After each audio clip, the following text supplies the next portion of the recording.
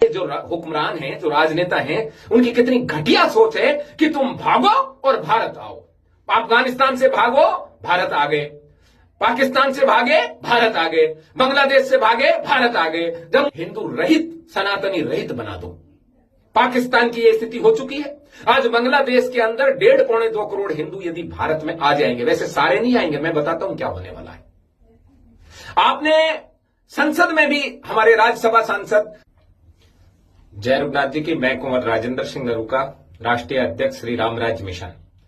आज बंधुओं, हम एक खास विषय पर चर्चा करेंगे और विषय है हमारे पड़ोसी देश बांग्लादेश में। वहां जो सनातनियों के साथ दिन रात अन्याय हो रहा है और उनके साथ में दरिंदगी हो रही है, उन्हें परेशान किया जा रहा है, मंदिरों को तोड़ा जा रहा है, महिलाओं को, स्त्रियों को निशाना बनाया जा रहा है, उस पर आज हम चर्चा करेंगे। बंधुओं, सबसे पहले तो हमें ये जानने की जरूरत है कि ये जो बांग्लादेश है, ये 1971-72 के भारत पाकिस्तान की लड़ाई की एक उपज है, जिसमें बांग्लादेश की मुक्ति के लिए भारतीय सेना ने सीधे सीधे हस्तक्षेप करके बांग्लादेश को एक स्वतंत्र राष्ट्र बनवाया था। आज वहां स्थिति यह है कि बांग्लादेश के अंदर इतना बड़ा एक राजनीतिक अस्थिरता पैदा हुई है कि वहां के प्रधानमंत्री को भागकर भारत आना पड़ा और वहां की चुनी हुई सरकार को बिल्कुल बर्खास्त कर दिया और वहां कोई भी चुने हुए एमपी या मंत्री इस समय एग्जिस्टिंग में सरकार में नहीं है। और वहां पर कहते हैं कि यह एक आरक्षण की लड़ाई को लेकर हुआ था कि बांग्लादेश मुक्ति वाहिनी जो थी, उस मुक्ति वाहिनी के परिवारों को आरक्षण देने के खिलाफ स्टूडेंट्स के अंदर एक बहुत बड़ा रोष हुआ और जो रोष बढ़ता गया और परिणति ये हुई कि वहां की चुनी हुई सरकार को देश से निकाल दिया गया। खैर, ये उनका आपसी मामला था और समझने की जरूरत यह थी कि इस गृह युद्ध जैसी स्थिति में पड़ोसी देश यानी हम भारत, जो अपने आप को सक्षम और ताकतवर और मजबूत सरकार कहते हैं, उनकी सबसे बड़ी बेवकूफी और जो हमारी सिक्योरिटी एजेंसीज हैं, जो हमारी आसूचना, जो इंटेलिजेंस कलेक्शन की एजेंसियां हैं, उनकी बहुत बड़ी फेलियर है। मैं कहना तो नहीं चाहता था क्योंकि मैं भी उन्हीं संस्थाओं से जुड़ा हुआ रहा हूं, लेकिन कहना पड़ रहा है देश को देखते हुए। आईएसआई वहां अपना काम कर गई, चाइना वहां अपना काम कर गया, अमेरिका वहां अपना काम कर गया और भारत की, दिल्ली की सरकार को पता तक नहीं चला कि वहां क्या होने वाला है। हम यहां लड़ते रहते हैं कि मैं सरकार कैसे बनाऊं, तू सरकार कैसे बनाए, ये जाति वो जाति, और हमारे बगल में पड़ोस में इतना बड़ा बम फट गया जिसकी हमें कोई जानकारी नहीं। और आज का परिणाम यह हुआ कि भारत सरकार के केंद्रीय गृह मंत्री आदरणीय अमित शाह मोदी कहते हैं कि हमने सीएए बनाया ही इसलिए है कि पड़ोसी देश के जो अल्पसंख्यक हैं, यानी जो हमारे सनातनी भारतीय हैं, वो भागकर भारत आ जाएं और उनको आसानी से नागरिकता दे दें। कहने में, सुनने में बहुत आनंद आता है इस शब्द को सुनने में कि पड़ोसी देशों में यदि सनातनियों के साथ अन्याय होगा तो सीए के जरिए भारत में नागरिकता मिल जाएगी। लेकिन आप इसको समझने की जरूरत है कि इस आत्मघाती कदम का परिणाम क्या होगा। यदि सब देशों से हम भाग जाएंगे, भागते रहेंगे, अफगानिस्तान से हम भागे, पाकिस्तान से हम भागे और अब बांग्लादेश से हम भागकर यहां भारत में आ जाएंगे, जो पहले भी आए हैं, करोड़ों की संख्या में भारत के अंदर पहले भी बांग्लादेशी शरणार्थी आए थे, जो आज भारत के नागरिक हैं, मतदाता हैं, और वो कम से कम बंगाल की और आसाम की तो सरकार को तय करते हैं कि सरकार किसकी बनेगी। आज हमको यह समझने की जरूरत है कि जब देश का बंटवारा हुआ था 1947 में, तब यह बात रखी गई थी कि तबादला आबादी नहीं होगी, यानी आबादी एक दूसरी जगह से तबादला नहीं होगी, क्योंकि उसी के आधार पर क्षेत्र बटा था। जमीन वहां ज्यादा दे दी गई और वहां से लोग भाग भाग कर भारत में आते रहे, वहां की जमीन, जायदाद और सारे बिजनेस उनके वहीं रह गए। अब वर्तमान में भी ये स्थिति है बांग्लादेश में, जो करीब 1.5 से 2 करोड़ हिंदू रहते हैं अभी वर्तमान में। वैसे तो किसी टाइम पर वहां 30% हिंदू रहा करते थे, जो अब घटकर 8% रह गए हैं। क्यों घटे हैं? क्योंकि उनके अंदर कम्युनिज्म है। आप ये मत समझ लेना यहां बैठकर कि यहां के से सनातनियों की तरह वो बंगाल के या बांग्लादेश के सनातनी हैं। जिस प्रकार बांग्लादेश के लोग जब बंगाल में आए तो भारत में वो किस धर्म को मानते हैं? कम्युनिज्म को मानते हैं। इसीलिए कम्युनिज्म सबसे ज्यादा बंगाल में पनपा। और अभी जो बांग्लादेश में हिंदू रहते हैं, जिनको आप सनातनी कहते हैं, भारतवंशी कहते हैं, वो भी विचारधारा से कम्युनिस्ट हैं, क्योंकि किसी का घर में बहू इस्लाम मुस्लिम है तो किसी का दामाद मुस्लिम है। वहां आप जैसी अपनी आपकी जैसी वर्जनाएं और मर्यादाएं समझ रहे हैं, ऐसा नहीं है। 1.5 से 2.25 करोड़ हिंदू तैयार बैठे हैं भारत में आने के लिए।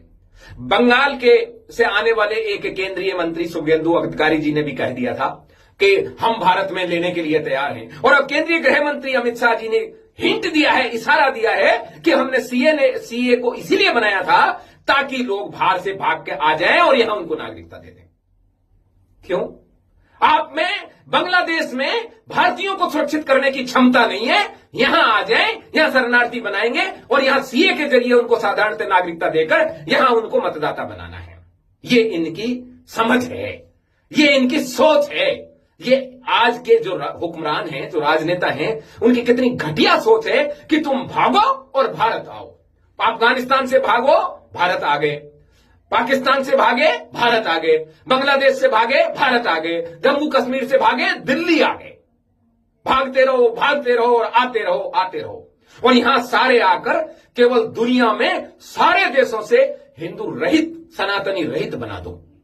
पाकिस्तान की यह स्थिति हो चुकी है। आज बांग्लादेश के अंदर 1.5-2 करोड़ हिंदू यदि भारत में आ जाएंगे, वैसे सारे नहीं आएंगे, मैं बताता हूं क्या होने वाला है। आपने संसद में भी हमारे राज्यसभा सांसद महाराजा अनंत देव नारायण भूप बहादुर ने यह बात रखी थी, कूच बिहार वालों ने, और उन्होंने अपने स्पीच में भी यह बात रखी थी कि हिंदू क्या इतना कायर है कि सब जगह से भागता चला जाएगा। और उसका असर भी पड़ा है। बांग्लादेश में रहने वाले सनातनियों के अंदर एक ताकत उपजी है कि हम यहीं रहेंगे, इसी जगह पर रहेंगे, क्योंकि यह जमीन हमारी है और यह जमीर भी हमारा रहेगा। जब आपकी जमीन वहां है और आप यहां आ जाएंगे तो यानी शत्रुओं को उस जमीन को आप छोड़ के आने वाले हैं। या तो तबादला आबादी इस तरह से हो कि यदि 1 करोड़ वहां से यहां आए तो 1 करोड़ यहां से वहां जाने चाहिए। यहां रोहिंग्याओं का ऑलरेडी सारे पूरे 18 से 22 राज्यों के अंदर बिखरा हुआ है। और अब ये नई एक समस्या कि वहां से यहां आएंगे और यहां आकर उनको नागरिकता दे दी जाएगी। देखिए, इंटरनेशनल जो बॉर्डर है, वो बॉर्डर केवल नल एंड वाइट तब होती है जब नेचुरल क्लाइमेटी या कोई ऐसा हो कि कोई अर्थक्वेक आ जाए या जल प्लावन हो जाए, कोई भूकंप आ जाए, कोई आपका पानी से जलजला हो जाए या कोई महामारी फैल जाए, तो अंतर्राष्ट्रीय बॉर्डर एक तरीके से खुल जाती हैं। भारत का व्यक्ति पाकिस्तान, पाकिस्तान का भारत, बांग्लादेश का भारत में, नेपाल का भारत में, भारत का नेपाल में, भारत का बांग्लादेश में जा सकता है।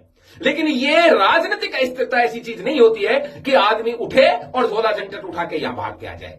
राजनीतिक अस्थिरता का तो कारण ये होता है कि पड़ोसी देश के मुल्क के आसपास रहने वाले शासक इतने कमजोर होते हैं कि वो वहां पर कोई हस्तक्षेप नहीं कर सकते।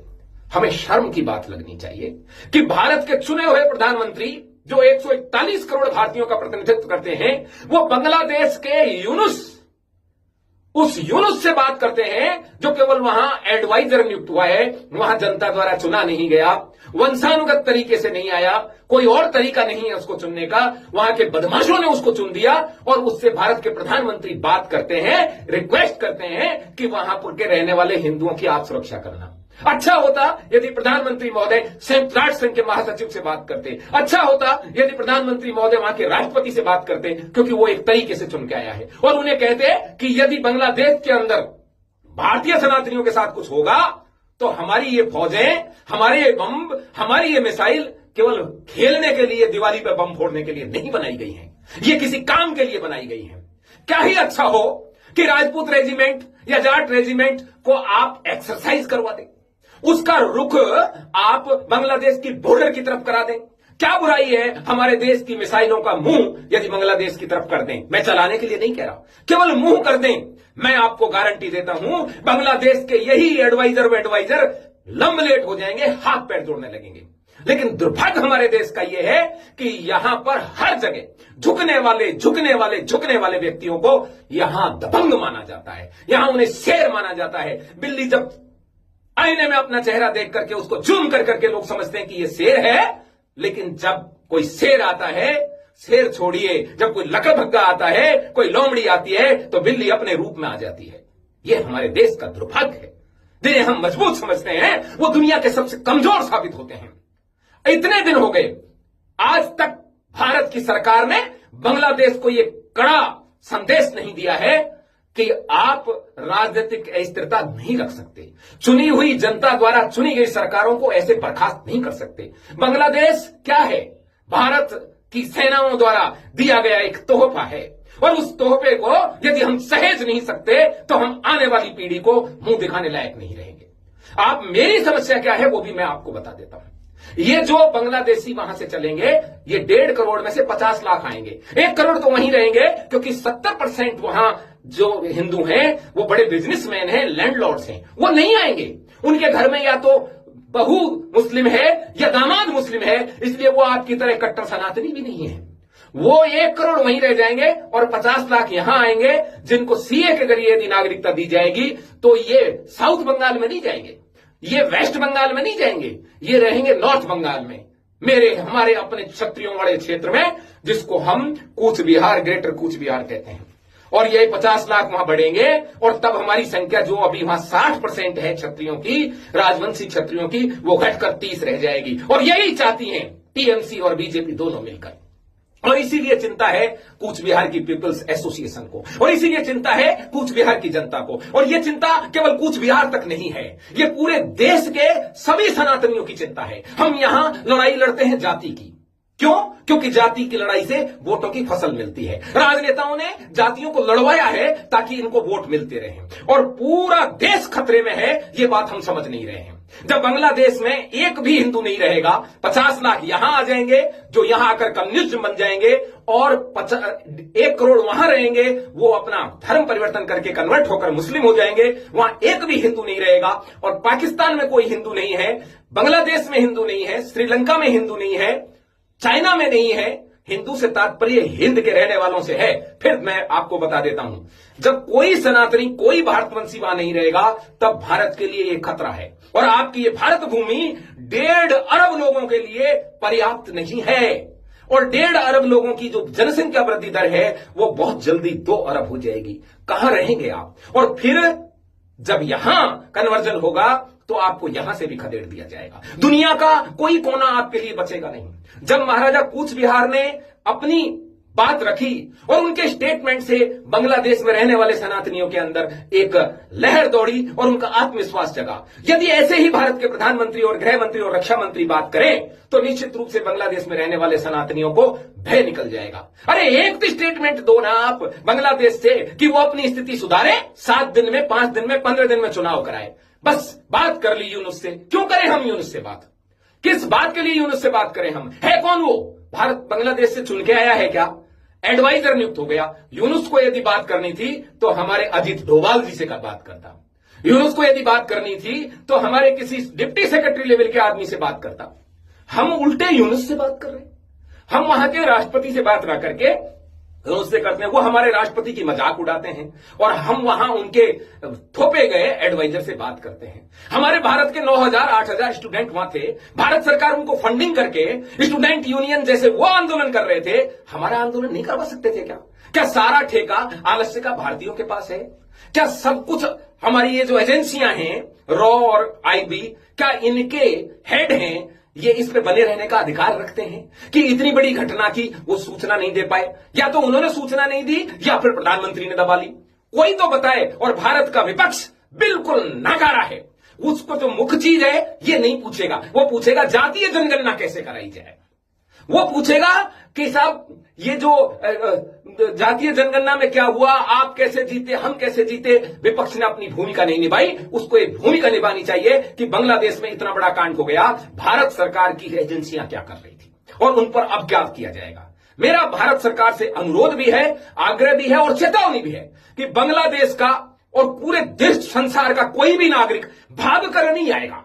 यहां बिजनेस करने आए समझ बैठता है, यहां आध्यात्मिक रूप से आए समझ बैठता है। भागकर आ रहा है और यहां उसको नागरिकता मिले, ऐसे किसी भी कदम का हम विरोध करेंगे। और रामराज मिशन के तहत इस देश का सारा सनातनी समाज इस बात का विरोध करेगा कि किसी दूसरे देश के हिंदुओं को भारत की सरकार सुरक्षित नहीं रख सकती, इसलिए भारत में उनको बुला लेगी। वहां पर भारत के लोगों को सुरक्षा देना भारतीय नागरिकों का, भारतीय सरकार का काम है कि जो भारतवंशी सनातनी है, चाहे वो बांग्लादेश में रहते हो, पाकिस्तान में रहते हो, चाइना में रहते हो, उनकी सुरक्षा के लिए वहां की सरकारों को सख्त निर्देश दे।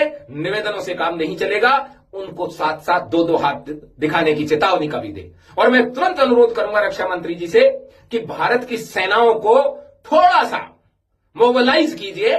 इनको थोड़ा सा कदम ताल बांग्लादेश की तरफ करवाइए, आप बॉर्डर की तरफ भेजिए, लड़ाई मत लड़िए, बॉर्डर तक पहुंचवा दीजिए। इतने में वो पिद्दी सा बांग्लादेश लैट्रिन कर देगा। उसकी हिम्मत नहीं है कि वो आपके खिलाफ कुछ बोल सके।